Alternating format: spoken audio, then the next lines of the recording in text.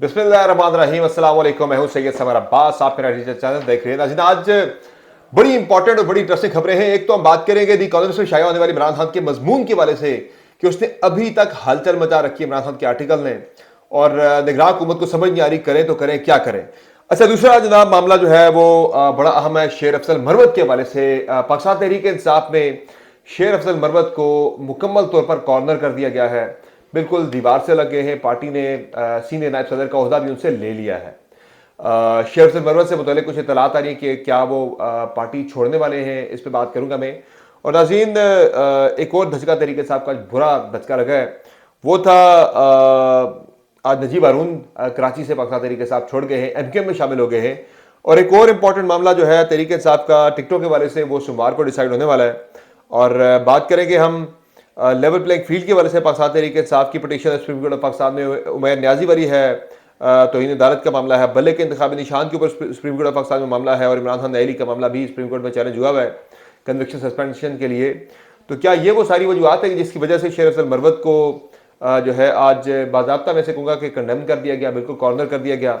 और शेर अफजल मरवत ने बाहर आके एक और बड़ा दबंग उन्होंने एक बयान दिया है, उस पर मैं आगे चल के बताऊंगा आपको। आपसे रिक्वेस्ट है कि चैनल को सब्सक्राइब जरूर कीजिएगा, वीडियो पसंद है तो लाइक करें और बेल आइकन प्रेस करना ना भूलिएगा। सबसे पहले जरा बात कर लेते हैं शेर अफजल मरवत की, कि शेर अफजल मरवत ने एक बयान दिया अडयाला जेल से बाहर आके इमरान खान साहब से मुलाकात करने के बाद। उसमें उन्होंने कहा कि नईम हैदर पंजोथा भी मेरे साथ है और एक और वकील मेरे साथ है, गालिबन उमैर न्याजी की बात उन्होंने की थी। जब उन्होंने कहा कि मुझे खान साहब ने कहा कि जाके जरा चीफ जस्टिस ऑफ पाकिस्तान को जरा रगड़ा लगाना है कि भाई ये बंदा हमें बिल्कुल भी इंसाफ नहीं दे रहा। अब उस पर बैरिस्टर गौर साहब ने प्रेस कॉन्फ्रेंस की। उन्होंने कहा जी बिल्कुल हम तो बड़ा एतमाद कर रहे हैं चीफ जस्टिस ऑफ पाकिस्तान के ऊपर और उनसे बड़ी उम्मीदें हैं। तो बिल्कुल दो कंट्राडिक्टरी बयान आए। फिर शेर अफजल मरवत को प्रेस कॉन्फ्रेंस से रोकने की कोशिश भी की बैरिस्टर गौर साहब ने, लेकिन वो नहीं रुके और प्रेस कॉन्फ्रेंस कर दी उन्होंने। जिसके बाद अब पीटीआई को ये लगा, बैरिस्टर गौर साहब को ये लगा या पार्टी के दीगर वकला को ये लगा कि भाई ये काम तो खराब हो जाएगा। चीफ जस्टिस काजी फायज ईसा तो बात फिर बड़ा वो बंदा दिल में रखता है, और दो वो चीफ जस्टिस के मनसब पर बैठा है, ऐसा नहीं होना चाहिए। लेकिन पीटीआई को ये लगता है भाई ये बंदा छोड़ेगा नहीं हमें, और पहले हमारी पार्टी जो है वो दीवार से लगी हुई है। और अब पार्टी के जितने भी सियासी और कानूनी मामला हैं वो सारे के सारे जाके सुप्रीम कोर्ट ऑफ पाकिस्तान में चीफ जस्टिस के सामने लग गए। इनमें 4 बड़े केसेस हैं। एक है इमरान खान की नाअहली का मामला, जो कि इलेक्शन कमीशन जो कि इस्लामाबाद हाई कोर्ट में चैलेंज हुआ था, फिर वो फैसला उनके खिलाफ आ गया और उस फैसले को रोक के लाहौर हाई कोर्ट में जाने की एक तरीके साहब ने दरखास्त की थी। और अभी भी तरीके साहब की जो दरखास्त थी कि वहां पे हमने सस्पेंशन ऑफ सेंटेंस की बात की थी, हम सस्पेंशन ऑफ कन्विक्शन हम चाहते हैं, तो वो मामला भी सुप्रीम कोर्ट ऑफ पाकिस्तान में अगले हफ्ते इस पर समाअत मुतवक्का है। बल्ले के इंतखाबी निशान के ऊपर भी पाकिस्तान तहरीक इंसाफ की आखिरी उम्मीद जो है वो सुप्रीम कोर्ट ऑफ पाकिस्तान बन चुकी है। तो सोमवार को तरीके साहब ने सदा की कि सोमवार को ही इस मामले को सुना जाए, क्योंकि सोमवार के बाद फिर 2 दिन बाद इलेक्शन सितंबर अलॉट हो जाने 13 तारीख को। तो तरीके साहब जल्द अज जल्द इस पर समाअत करके होके तरीके साहब चाहती है कि हमारे बारे में फैसला हो जाए, ताकि फिर प्लान बी पे अगर आना है, किसी और पार्टी के साथ इत्तेहाद करना है, उस पर भी आया जा सकता है। दूसरा, बैरिस्टर उमैर न्याजी जो है, उमैर न्याजी के खिलाफ तौहीन अदालत की जो पिटीशन है, सॉरी जो कार्रवाई है, उस पर भी अगले हफ्ते पाकिस्तान तहरीक साहब ने, उमैर न्याजी ने फैसला किया कि अगले हफ्ते वो अपना जवाब शोकाज का जमा करवाएंगे सुप्रीम कोर्ट ऑफ पाकिस्तान में। यह भी इंपॉर्टेंट मामला है तहरीक साहब के लिए। और एक और मामला जो है वो पंजाब के आईजी और चीफ सेक्रेटरी को हटाने की इस्तदा तरीके साहब ने कर रखी है लेवल प्लेइंग फील्ड वाले केस के अंदर। इस पर भी अगले हफ्ते तरीके साहब एक्सपेक्ट कर रही है कि भाई कोई कार्रवाई जो है किसी किस्म की हो जाए तरीके साहब को लेवल प्लेइंग फील्ड दिए जाने के हवाले से।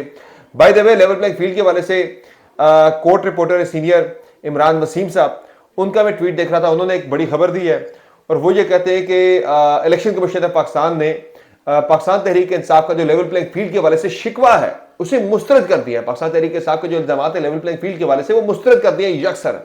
और एक supplementary report election commission of Pakistan ने आज जमा करवा दी है रजिस्ट्रार सुप्रीम कोर्ट को। और उसमें उन्होंने कहा है कि भाई आरओ से तमाम जो है वो रिपोर्ट लेकर तमाम जो तरीके साहब के जो शिकवे शिकायत हैं रिटर्निंग अफसरान के खिलाफ नॉमिनेशन पेपर्स की रिजेक्शन के हवाले से, वो कहते हैं कि वो सारी एक डिटेल रिपोर्ट अब जमा करवा दी गई है और उसमें तहरीक इंसाफ के तमाम जो इल्जाम हैं उन्हें गलत साबित किया गया है। तो एक तो मैं कहूँगा कि आदाद शुमार पे खेलने के बजाय देखा जाए कि भाई अमलन मुल्क के अंदर क्या हो रहा है। अगर आपने स्टैटिस्टिक्स खेलना है फिर तो चले खेल लें, नंबर खेल लें आप, लेकिन बज़ाहिर क्या बल्कि ओपनली नजर आ रहा है कि तहरीक इंसाफ के साथ ये ज्यादती हो रही है, लेवल प्लेइंग फील्ड नहीं मिल रही। जलसे जुलूस को आप कहां पे जाके परसेंटेज में वहां जाके बताएंगे कि इतने परसेंट लोगों ने जमा करवाए थे, उतने परसेंट के मुस्तरद हो गए, उतने परसेंट के एक्सेप्ट हो गए। भाई परसेंटेज में तो आप ये नहीं बता सकते जाके कि तरीके इंसाफ को, फिर आप बताएंगे पंजाब में कितने परसेंट जलसे आपने तरीके इंसाफ की एप्लीकेशन के अगेंस्ट में करने दिए गए हैं, कितने परसेंट लोगों के नॉमिनेशन पेपर छीने जाते रहे, कितने परसेंट लोगों को गिरफ्तार किया गया, फिर कितने परसेंट लोगों को हिरासा किया जाता रहा, उनके तजवीज़ कुनंदा तईद कुनंदा को हिरासा किया जाता रहा। तो फिर ये सारा कुछ बताया जाके, और ये भी जाके बताना चाहिए इलेक्शन कमीशन ऑफ पाकिस्तान को कि आरओज ने और डीआरओज ने जो नॉमिनेशन पेपर तरीके इंसाफ के रहनुमाओं के रिजेक्ट किए थे फ्लिमजी ग्राउंड्स के ऊपर, बड़ी कमजोर ग्राउंड्स के ऊपर, उनमें से कितने परसेंट ओवरटर्न हुए जाके इलेक्शन ट्रिब्यूनल्स के अंदर। तो जाहिर है जब इलेक्शन ट्रिब्यूनल से बड़ी तादाद में, 90% से ज्यादा तरीके इंसाफ के जो लोगों के नॉमिनेशन पेपर आरओज ने रिजेक्ट कर दिए थे, मुस्तरद कर दिए थे, वो जाके इलेक्शन ट्रिब्यूनल्स के अंदर जाके जब एक्सेप्ट हो रहे हैं, तो फिर तरीके इंसाफ की वो जो डिमांड थी कि आरओज के मातहत इलेक्शन ना करवाया जाए बल्कि जुडिशियल अफसरान के जरिए करवाया जाए, तो जुडिशियल अफसरान ने आरओज को गलत साबित किया है, तरीके इंसाफ ने भी और फैक्ट से भी गलत साबित किया है आरओज के वाले से, यानी कि जो फैसला था आरओज को लगाने का, उस फैसले को गलत साबित कर दिया है कि आरओज ने इंतहाई कमजोर ग्राउंड्स के ऊपर मजाक बन चुका है, कई जगहों पर बड़ा मजाक बनाया जाके आरओज के फैसलों के खिलाफ जाके। और आज एक जज के मेरी रिमार्क्स में सुन रहा था कि लगता है कि एक माइंडसेट बना के, यानी कि एक जहन बना के, सोची समझी एक प्लानिंग के तहत जो है वो सोच जहनीत के तहत जो है वो माइंडसेट के तहत ये नॉमिनेशन पेपर रिजेक्ट किए गए, भाई ये फैसला करके रिजेक्ट किए गए कि भाई करने ही करने हर सूरत में। तो इस तरह के रिमार्क्स भी आए हैं। अब इस मामले के ऊपर जब आप देखते हैं कि भाई लेवल प्लेइंग फील्ड पे जब यानी कि सारा कुछ नजर आ रहा है, एक बच्चे को भी नजर आ रहा है कि तरीके साहब को लेवल प्लेइंग फील्ड नहीं दी जा रही, एक रेडी पे बैठे बंदे को, एक रेडी बांध को, एक ठेले पे बैठे, एक थड़े पे बैठे बंदे को नजर आ रहा है कि भाई तरीके साहब को लेवल प्लेइंग फील्ड नहीं मिल रही, और चीफ इलेक्शन कमिश्नर और इलेक्शन कमीशन को नजर आ रहा है भाई कि बिल्कुल मुकम्मल लेवल प्लेइंग फील्ड मिल रही है। तो ये एक और लेवल प्लेइंग फील्ड का ना होना, एक और ये बड़ी जाती है कि भाई जो इस इदारे ने इलेक्शन करवाना है, शफाफ इलेक्शन करवाना है, वो इदारा ही नहीं मान रहा कि भाई पीटीआई को लेवल प्लेइंग फील्ड से जो डिनाई किया जा रहा है, महरूम किया जा रहा है, वो ही नहीं मान रहा। तो फिर इसमें आपको नजर आ रहा है कि भाई उनकी नीयत, उनका इरादा, उनकी सोच क्या है। अब ये रिपोर्ट जमा करवा दी गई है इत्तलात के मुताबिक रिपोर्टर इमरान वसीम के बकौल, और उसमें इलेक्शन कमीशन अपने आप को मजीद एक्सपोज ही करेगा। अच्छा, दूसरी चीज जो है ये इन चारों केसेस की वजह से फिर आज बैरिस्टर गौर साहब ने प्रेस कॉन्फ्रेंस की कि जनाब लगता ही नहीं कि जो सारी उम्मीद अब सुप्रीम कोर्ट ऑफ पाकिस्तान के ऊपर है, तो इस डर से कि चीफ जस्टिस काजी फायज ईसा रगड़ा दे देंगे तरीके साहब को, बल्ले के ऊपर जो उम्मीद है वो भी टूट जाएगी।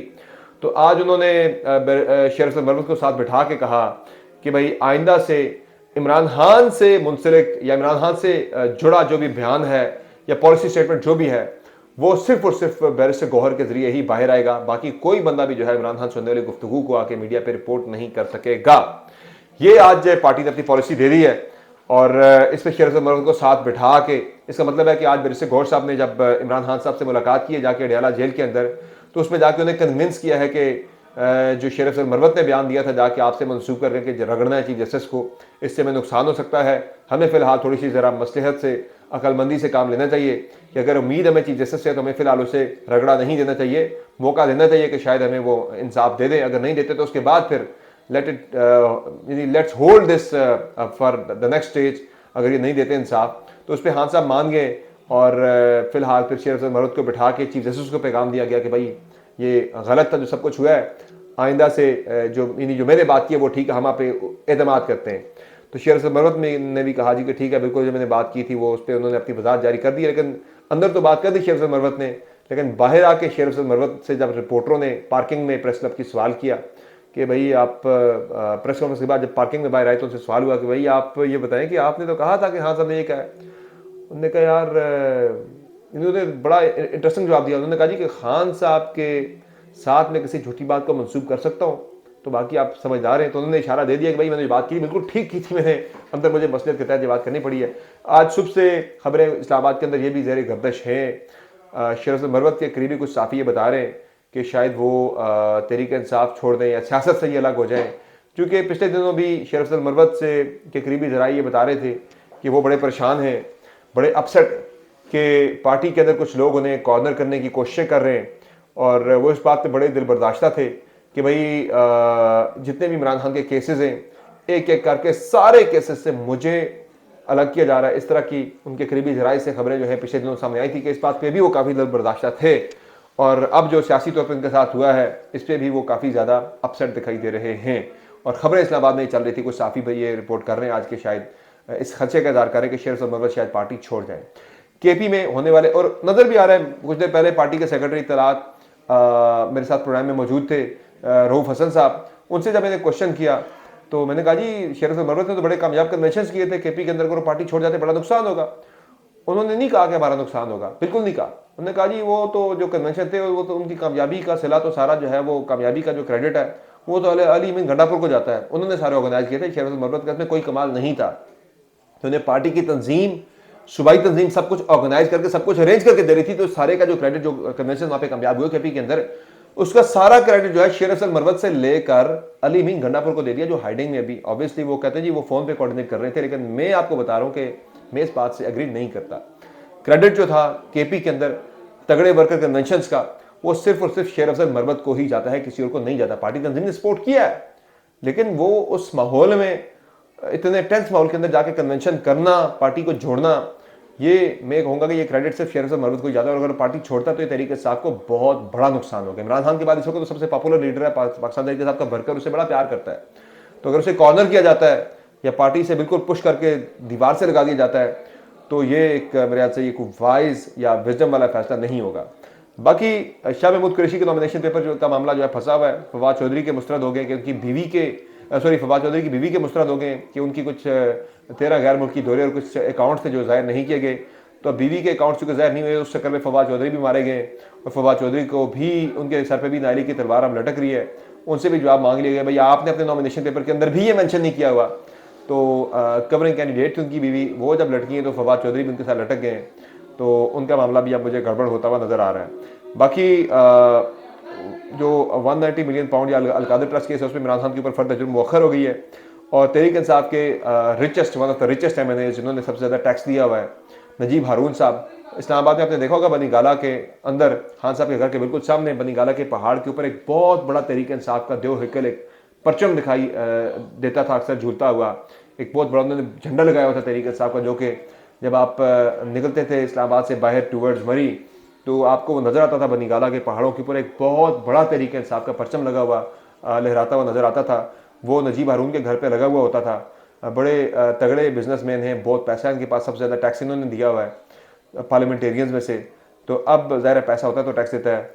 तो नजीब हारून साहब ने तहरीक इंसाफ छोड़ दी है और ये मुत्तहिदा कौमी मूवमेंट में शामिल हो गए। इन्होंने भी गालिबन टिकट के लिए अप्लाई भी किया हुआ था, लेकिन अब ये तहरीक इंसाफ छोड़कर MKM में शामिल हो गए। तो ये PTI के लिए बहुत बड़ा लॉस है। He was one of the, यानी कि जो तहरीक इंसाफ के शुरू में जो PTI ज्वाइन करने वाले लोग थे, नजीब हारून वाज वन ऑफ दोज, बड़े लॉयल और बड़े कमिटेड वर्कर थे। आई डोंट नो किन सर्कमस्टांसेस में उन्होंने पार्टी को छोड़ा है, लेकिन पार्टी से अलग हो गए। तहरीक इंसाफ के लिए ये बड़ा लॉस है।